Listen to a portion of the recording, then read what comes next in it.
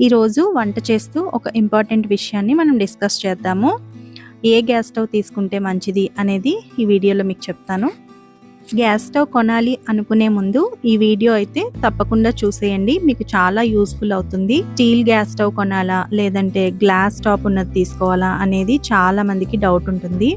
Video మొత్తం మంచి information ఇచ్చాను. నేను 1 ఇయర్ నుంచి ఈ స్టీల్ గ్యాస్ స్టవ్ని యూజ్ చేస్తున్నాను. ఎందుకు గ్లాస్ కాకుండా స్టీలే ఎంచుకున్నానో నేను మీకు వీడియోలో ఎక్స్ప్లెయిన్ చేస్తాను. షాప్లో చూసేవన్నీ మనకి చాలా అందంగానే కనిపిస్తాయి, కానీ ఇంట్లో ఏది యూస్ఫుల్గా ఉంటుంది అనేది మనం చూసుకోవాలి. గ్లాస్ గ్యాస్ స్టవ్ అయితే ఎక్కువగా బ్లాస్ట్ అయ్యే ఛాన్సెస్ ఉంటాయని మనం న్యూస్లో చూస్తూ ఉన్నాం కదా, అందుకని నేను స్టీల్ ప్రిఫర్ చేశాను. అండ్ ఈ స్టీల్ గ్యాస్ స్టవ్కి ఏంటంటే మనకి మెయింటెనెన్స్ కూడా కొద్దిగా తక్కువ ఉంటుంది.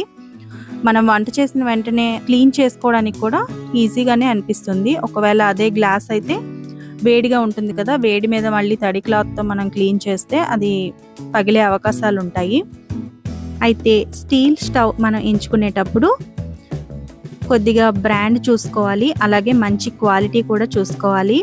కొన్ని చీప్ మోడల్స్ కానీ తీసుకుంటే కొద్ది రోజుల్లోనే బర్నర్ ప్రాబ్లమ్స్ ఇలాంటివి వచ్చే ఛాన్సెస్ ఎక్కువ ఉంటాయి.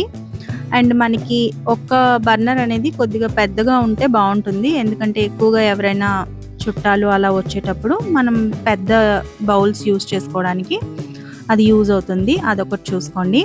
అండ్ మాన్యువల్ అండ్ ఆటో ఇగ్నిషన్కి వచ్చేసరికి నేను మాన్యువలే తీసుకున్నాను, ఎందుకంటే ఆటోలో కూడా కొంచెము పాడయ్యే ఛాన్సెస్ ఎక్కువ ఉన్నాయి అని విన్నాను, అందుకని మాన్యువల్ ప్రిఫర్ చేశాను.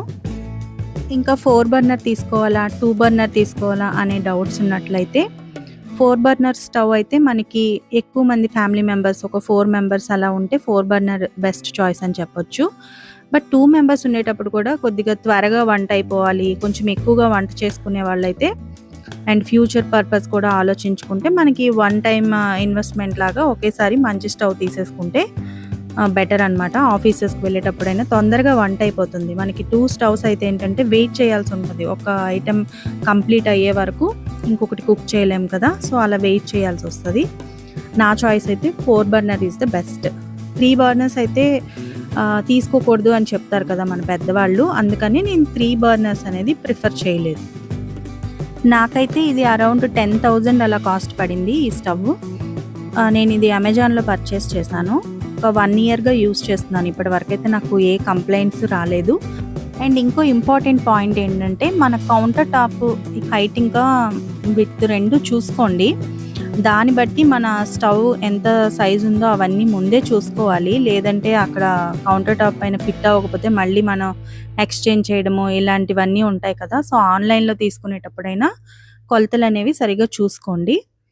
మీకోసం నేను కొన్ని మంచి స్టవ్లను సెలెక్ట్ చేసి డిస్క్రిప్షన్ బాక్స్లో ఉంచేస్తాను, చెక్ చేసేసేయండి ఒకసారి. అండ్ ఇంకా ఇంపార్టెంట్ పాయింట్ ఏంటంటే ఒక బర్నర్కి ఇంకొక బర్నర్కి మధ్యలో గ్యాప్ ఉండేటట్టు చూసుకోండి. 4 పాత్రలు మనం పొయ్యి మీద పెట్టినప్పుడు అవి ఒకదానికొకటి తగలకుండా చూసుకోవాలి. కొంచెం స్పేస్ ఉన్నట్లయితే మనకి ఫ్రీగా అనిపిస్తుంది.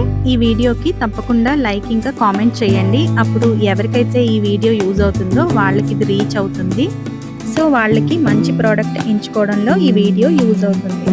మీకు ఇంకా డౌట్స్ ఏమైనా ఉంటే నాకు కామెంట్ చేసేసేయండి.